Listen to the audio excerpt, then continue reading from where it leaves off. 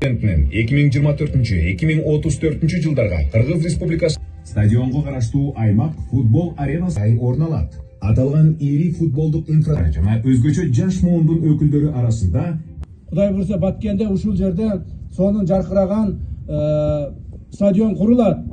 Биз ойлоп атабыз, быйыл катуу иштесек, эмдиги жылы стадионду куруп бүтүшүбүз керек деп. Эмдиги жылы стадион куруп бүтүп, мына жаштарга тапшырып беребиз. Баткенде дагы Кудай калса сонун жаштар чыгат. Баткенден дагы сонун футболисттер чыгат.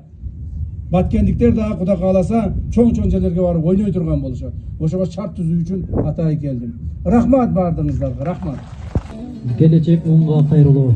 Урматтуу урпактар, эгемен Кыргызстандын көп тарыхый окуяларды башынан кечирди. Ийгиликтерди жаратып келаткан жаштарыбыз күбө. 7 дубанын ичинде эң жаш облус катары Баткен дубанында да спорттун түрлөрүнө кызыккан уул кыздарыбыз арбын. Чек арага танапташ Баткен аймагынан да спорт жаатында өлкөнүн кызыл байрагын бийик желбирете турган уул кыздарыбыз чыгат деген аруу тилек менен кеттерибизди улантып, Кыргызстанды дүйнөнүн өнүккөн өлкөлөрүнүн катарына кошосуңар деген үмүтүбүз чоң.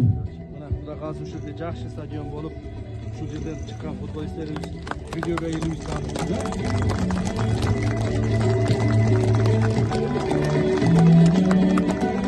болду.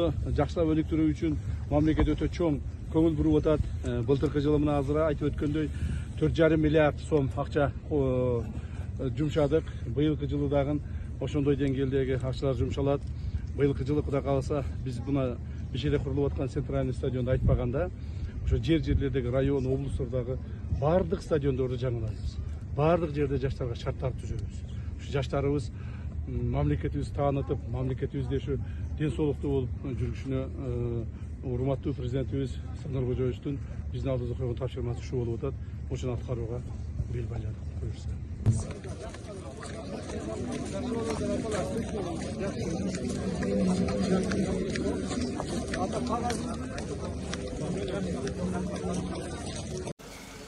Бүгүн 7 декабрда Кыргыз Республикасынын Министрлер кабинетинин төрагасынын орун басары, Улуттук коопсуздук мамлекеттик комитетинин төрагасы Камчыбек Ташиев жаңыдан курулуп жаткан Ош шаарындагы Валентина Терешкова атындагы мектеп-интернатына барды. Ал курулуш иштеринин жүрүшү менен таанышып, көрүп чыкты.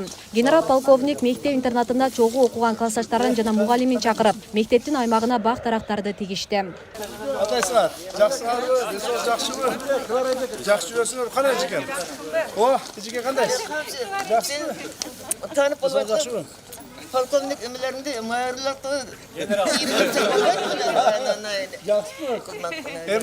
Mektepte açkanda sonun kılıp tarjesinde kılıp açabız. Selamlar. Desonuz jakşыбы? En başkası. Desonuz bolsa эле болот. Калган иштерди бүтүрөбүз. Өзүбүз көрүп атабыз, мына бул мектепти башкадан салып чыгайлы деген үмүтүбүз бар эле, ошол үмүтүбүз кичине ишке ашып атат. Ашып атат мына. Ошол эле мезгилде ушу мектебибиздин тегерегиндеги жок дегенде бак шактарыбыз калып кетсин деп өткөндө айттым эле. Ошо мына биздин баягы кичинекей маалыбыздагы бак шактарыбыз Кудайга шүгүр калышынча калыптыр. Бирок ошого дагы кошумча бүгүн бир өзүбүздүн колубуз менен бакшактар тегип кетейли. Кийин биздин балдарыбыз, неберелерибиз, кийинки муундар ошого пайдалансын деген максатта бүгүн чогулуп отурабыз. Анан кийин ошого кыска гана убакытта балдарды чогулта калып, ушуну жасап кетейли. Анан деп атайы учуп келдим азыр.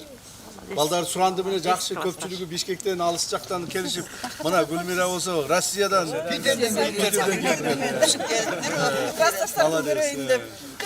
анан эми ачышын болсо Кудай кааласа ушул 2025 сентябрга ачайын деген оюм бар. Ошого чейин бүтүп калабызга дейбиз мунун бардыгын. Анан ошондо бүтсөк, бүт ушул биздин эле ошол классташтарда эмес, бүт бизге чейинки, бизден кийинки ушул интернатты бүткөн муундагылардын баарын чогултуп, ага эжекелерибиз чогултуп бардыгын. Анан мүмкүнчүлүк болсо ошол мектебибиздин аты коюлган Валентина Терешкова эжекебизди алып келсек деген оюм бар.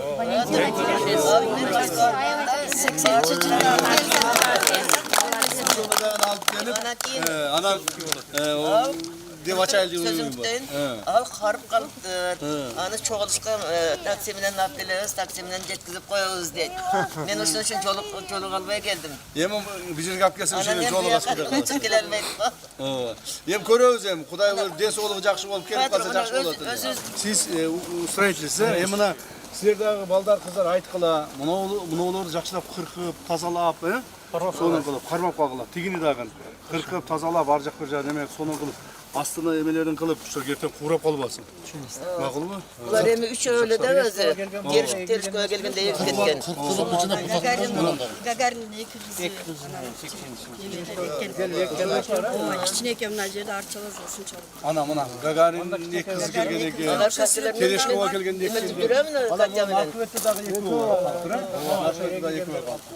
Мына ушуну. Эми мынау эме? Мынау ряд. Бул бар эле. Буну дагы жакшылап карап, мынау ряддагы бар эле. Мынаулар чоң Чынар теректен бирөө калыптыр, Татып койдум барын. Туура калыптыр. Чынар теректен бирөө калыптыр. Эми чынар терек көп эле бу жерде.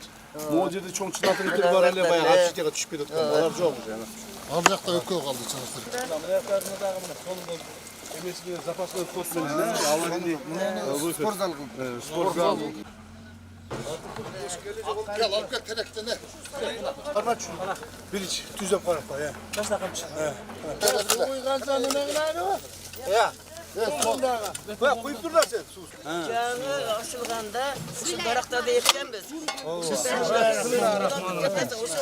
Дарак канча табырлар жайылган болсо ушу Мугалимдерге. Сөө. Канча эмеге? 13 соттук жер экен. Жаш кадрларгачы.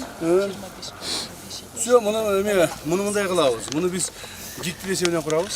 Так, гектар эсебинен. Мен гектар эмелерин жүрөтөм, келет бир жөн карап, өздөрү проектисин карашып, бир сыйра карап куруп берет. Канча квартира? 25 болот. 71 мугалим экен да ошого. Мына могул жерде канча сотук жер? 13 сотук жерге жакшы. Мындан да сонун кылып беребиз. Макулбу? Мына мен бүгүн эле барып команданы берем. Келет ушул жер. Бирок ипотекага курулат. Мугалимдерге ипотека куруп беребиз. Мугалимдер ипотекадан алат, аны өздөрү акча төлөйбүз.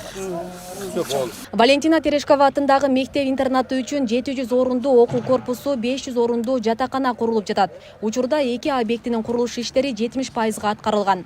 Камчыбек Ташиев бул окуу мекемесинин курулушун келерки жылга аякта пайдаланууга берүү тапшырмасын койгон. Камчыбек Ташиев ушул мектеп-интернатында билим алган. Бүгүн чогулган классташтары жана мугалими аны менен өткөргөн окуучулук күндөрү тууралуу буларды айтышты. Сизде менде генерал болгон уктуңбу? Элдин баатыры болгон уктуңбу? Жакшылап окугуну, аны үчүн жакшы окуш керек. Окуйсуң жакшы? Окуу кандай? Жакшы, отлично. Канчага окуп атасың? 5ке. 5кеби? Спортсменсиңби? Күч барбы? Футбол. Көрсөт күчүңдү. О, ничего. жакшы окуган. Ал жош болгон. Эми достору көп болгон. Дайым сабак учурунда ойлонуп отурат эле да бул. Ошентип окуп бүтүрдү. Анан булар эми окуудан бүтүрүп, последний звонок болгондон кийин узатабыз да. Узатканда министр болсоңар да барып кабинетиңерди көрөмүн деп айтканымды аткарып жүрөмүн. Барып кирип кабинетин көрдүм. Менен да бактылуу эжеке каякта бар экен. Элдин камын көрүп, эл үчүн жанын канын аябай мына кызмат кылып аткан Камчыбек Кыдыршаевич бул биздин классташыбыз, бир тууган балалык. Ушул биздин классыбыздан чыккан аябай сыймыктанабыз. Айрым сабактарда Камчыбек менен бирге отурганбыз. Камчыбектин ушул балалык кезинен эле бул чыныгы патриот инсан боло турганы байкалган. Анткени өтө сабакты жакшы окуган. Дайыма bunun кеп маданияты өтө бийик болгон, эч качан жаман сөздү сүйлөгөн эмес. Биз менен аябай мамилеси жакшы болгон. Тарых сабагында айрыкча экөөбүз отурчубуз. Анан жарышып окуйт элек. Биз үчүн китептеги берилген текстimiz бизге ошо Анар эжекебиз сабак берет эле, бизге ушул дүйнө жүзүндөгү болуп жаткан жаңылыктар кызыктуу болчу. Биз анда Ленинский зачет тапшырат элек ар ай сайын. ошо өзүнүн балалык өткөн жерин унутпай, ошол жерге келип салам берип, ошол жер үчүн кам көрүп, ошол мамлекет үчүн кам көрүп иштеп атат. Бирок ошонун чекесинде өзүнүн баягы билим алган жерине таазим кылып, ошол жерди өркүндөтүп аткан үчүн дагы терең ыраазычылык. Бул биздин сыймыгыбыз. Тырышчаак, аябай жакшы окуган, өзгөчө химиядан, спорт жагынан дагы аябай тырышчаак болуп, биздин көп иш-чара Эркебаев Баяман болуп баарыбыз чогуу спортко катышып, волейбол, борьба боюнча Баямандын Эркебаевдин өмүрү кыска экен, ал өтүп кетти. Андан кийин ошол өзүнүн эле сабагы менен жакшы көргөн сабагы боюнча Томскийде ошол химия боюнча студент болуп окуп бүттү да. Валентина Терешкова атындагы мектеп интернатына курулуп жаткан окуу корпусунда өзүнчө спорт, волейбол аянтчалары, актовый зал жана башка керектүү жайлары каралган. Ал эми 500 орундуу жатакана 4 кабаттан туруп жатып окуганга бүт шарттар түзүлөт. Белгилей кетсек, жаңы имарат куруу тапшырмасы президент Садыр Жапаров тарабынан берилген. Буга чейин УКМК төрагасы Камчыбек Ташиев жаңы салына турган мектептин аянты долбоору менен таанышып, имараттын курулушун тездетүү тапшырмасын берген болчу. Урматтуу балдар, урматтуу эжеке агайлар, бул мектеп мен үчүн, жеке мен үчүн өтө ыйык мектептердин бири. Себеби мен ушул мектепте тарбия алып, ушул жерден мектепти бүтүп, аттестатыбызды алып, чоң окуу жайга ушул жерде аттанып кеткенбиз. Биздин убагыбызда бул жерде силерге окшоп эле биз дагы ошол общежитияда жатат элек, чогуу жатат элек, жатак мектеп болгон, интернат. Билим алуу бул эң негизги маселе. Адам өмүрүндө билим алып, билимдүү болсо, илимдүү болсо, тарбиялуу болсо, ошондо гана чоң ийгиликтерге жетишет. Биздин президентибиздин койгон тапшырмасынын негизинде ушул Терешкова мектеп интернатын, жатак интернатты чоң мектеп куруу боюнча тапшырманы алганбыз. Ошол боюнча келип отурам мен. Буюрса сиздерге бул жерге биз чоң мектеп салып беребиз. Бул жерге чоң общежитиялар салып беребиз. Бул жерде мамлекет тарабынан толук силерге бардык шарттарды түзүп беребиз. Бул мамлекеттин эң негизги милдеттеринин бири.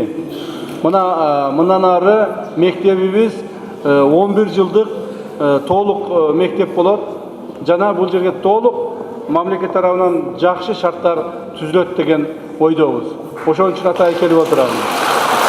Турмуштук оор кырдаалга кабылган үй бүлөлөрдүн балдары келип билим алат, жат окушат. Алардын арасынан толук аялуу, жарым аялуу, ата-энеси ажырашкан жалгыз бой энелер, жана ата-энелеринин эркиндигинен ажырагандар, ошондой эле мүмкүнчүлүгү чектелген ата-энелердин балдары келип билим алышат. Биз ушул 2024-25 окуу жылунун курулуш жүрүп жаткандыгына байланыштуу ошондо номер 29 Калинин атындагы мектепте, ошол мектептин корпусунун жарымына кирип ошол жерде ишмердүүлүгүбүздү улантып жатабыз.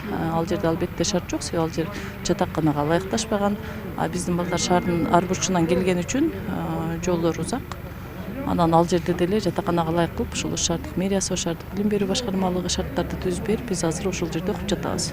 Өзүбүздүн мектепке кайтып келүүнү ушул чыдамсыздык менен күтүп жатабыз. 25 проект боюнча 2025 жылы бүтсө, кийинки окуу жылга келип калабыз деген ниетибиз бар. Парк кылып коюш керек. Балдар чыгып, паркты аралап, парк ичине отуруп скамейкалар кылыш керек. Мына ылдый жагына да скамейкалар кылыш керек. Наркы коткойчу көрдүңүзбү? Бар жок. Макулбу?